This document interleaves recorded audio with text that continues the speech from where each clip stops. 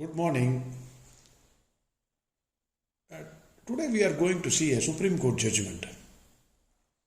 The issue is whether a recovery certificate issued in favor of financial creditor, that is a bank, by DRT would give rise to a fresh cause of action to initiate proceedings under Section 7 of the Insolvency and Bankruptcy Code.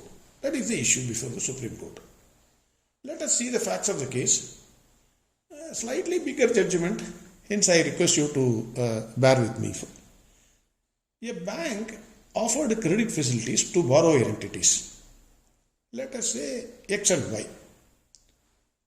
Z, another company, stood as a corporate guarantor and mortgaged its immovable property. That is the corporate debtor. So borrower entities are X and Y. Corporate debtor, we will call it Y as corporate debtor. Borrower entities defaulted. Bank filed a civil suit for recovery against X, Y and Z. That is the borrower entities and corporate guarantor. A compromise deed was entered and High Court recorded the compromise to the effect that corporate guarantor is jointly and severally liable. After compromise, borrower entities again failed to make the payment as per the compromise. Demand notice was issued under Section 13(2) of Surface Act. Possession notice was issued. Winding up notice was also issued by the bank. Because of the default of the borrower entities and the corporate debtor, action was initiated by the bank under Debt Recovery Act. DRT case went on for some time. DRT finally issued a recovery certificate. On the basis of the recovery certificate issued by the DRT, bank claiming to be a financial creditor filed application under Section 7 of IBC and sought initiation of CARP process, which was admitted by NCLT. Against the admission, an appeal was filed before the NCLAT, National Company Law Appellate Tribunal, by the corporate debtor on the ground of limitation, saying 3 years period is over. NCLAT allowed the application filed by the corporate debtor and the borrower entities. Bank initially pursued action before Debt Recovery Tribunal, got the recovery certificate. Then based on the recovery certificate, bank initiated CARP process. The time taken from the date of default to date of issue of recovery certificate was more than 3 years.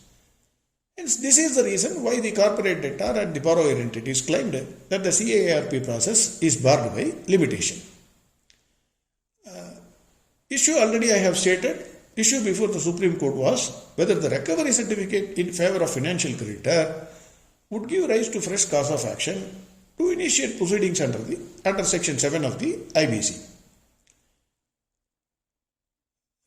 Supreme Court said there can be no dispute that the period of limitation for making an application under Section 7 or 9 is 3 years from the date of default. Limitation Act is applicable to IBC. If default occurred prior to 3 years of date of filing application, then it would be barred by limitation. A final judgment and order or degree is binding on the judgment debtor. Once a claim fructifies into a final judgment and a recovery certificate is issued, a fresh right accrues to the creditor to realize its debts.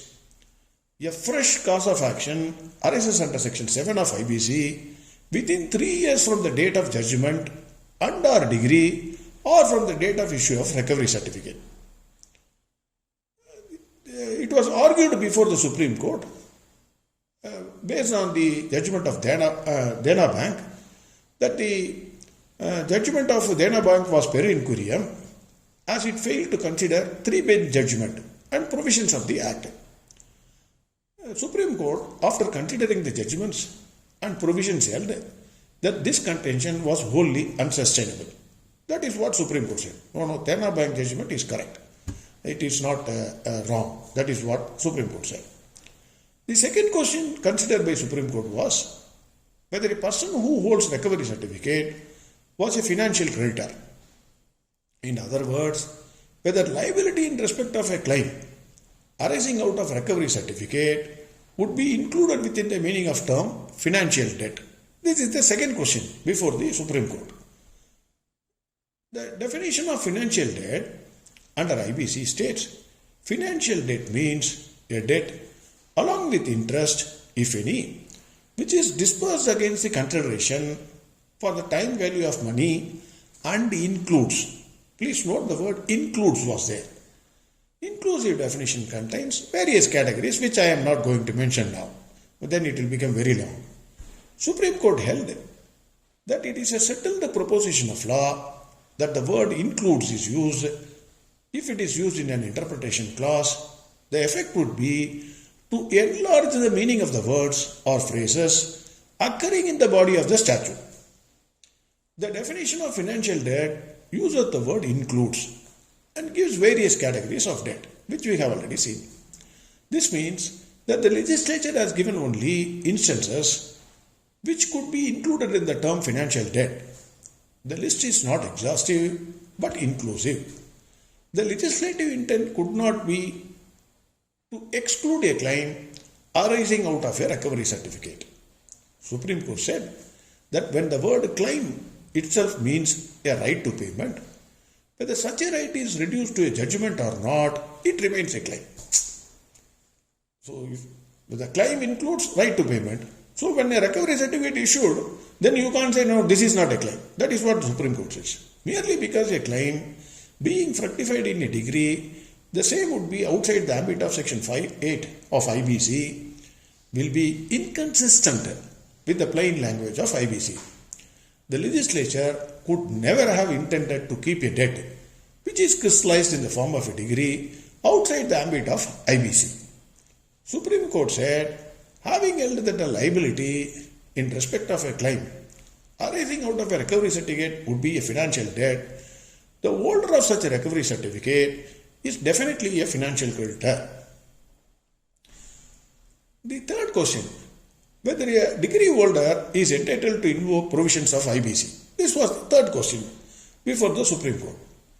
The contention of the borrower entities and the corporate guarantor was that a degree holder is not entitled to invoke the provisions of IBC. This was not accepted by Supreme Court. The prohibition to institution of a suit or continuation of pending suits or proceedings, including execution of degree, would not mean that a degree holder is prohibited from initiating CARP if he is otherwise entitled in law. The effect is that the degree holder would be prohibited from executing the degree in his favor. He cannot execute the degree in his favor, but he can initiate CARP process. That is what the Supreme Court says. The contention that the recovery certificate issued under Debt Recovery Act is only for the limited purpose of initiation of winding up proceedings was also not accepted by Supreme Court. It is a well settled principle that when language of a provision is plain and unambiguous, it is not permissible for the court to add or subtract words or read something into it which is not there.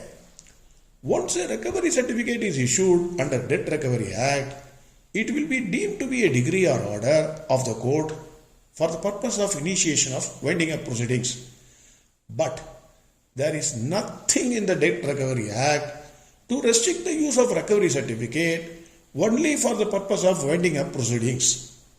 When the legislature provided that recovery certificate can be used for initiation of winding up proceedings, which is more severe in nature, it will be difficult to accept that legislature intended that such a recovery certificate cannot be used for CARP process, because under CARP process, the corporate debtor can continue as an ongoing concern and at the same time pay the dues of creditors to a maximum extent. See, in winding up you are fully finished. Whereas in CIRP process, you will still be alive and pay the creditors. So Supreme Court says no. That the argument, the contention of the corporate debtors that recovery certificate issued under debt recovery certificate is only for the purpose of initiation of wedding proceedings was not accepted. Thank you very much. Have a great and wonderful day.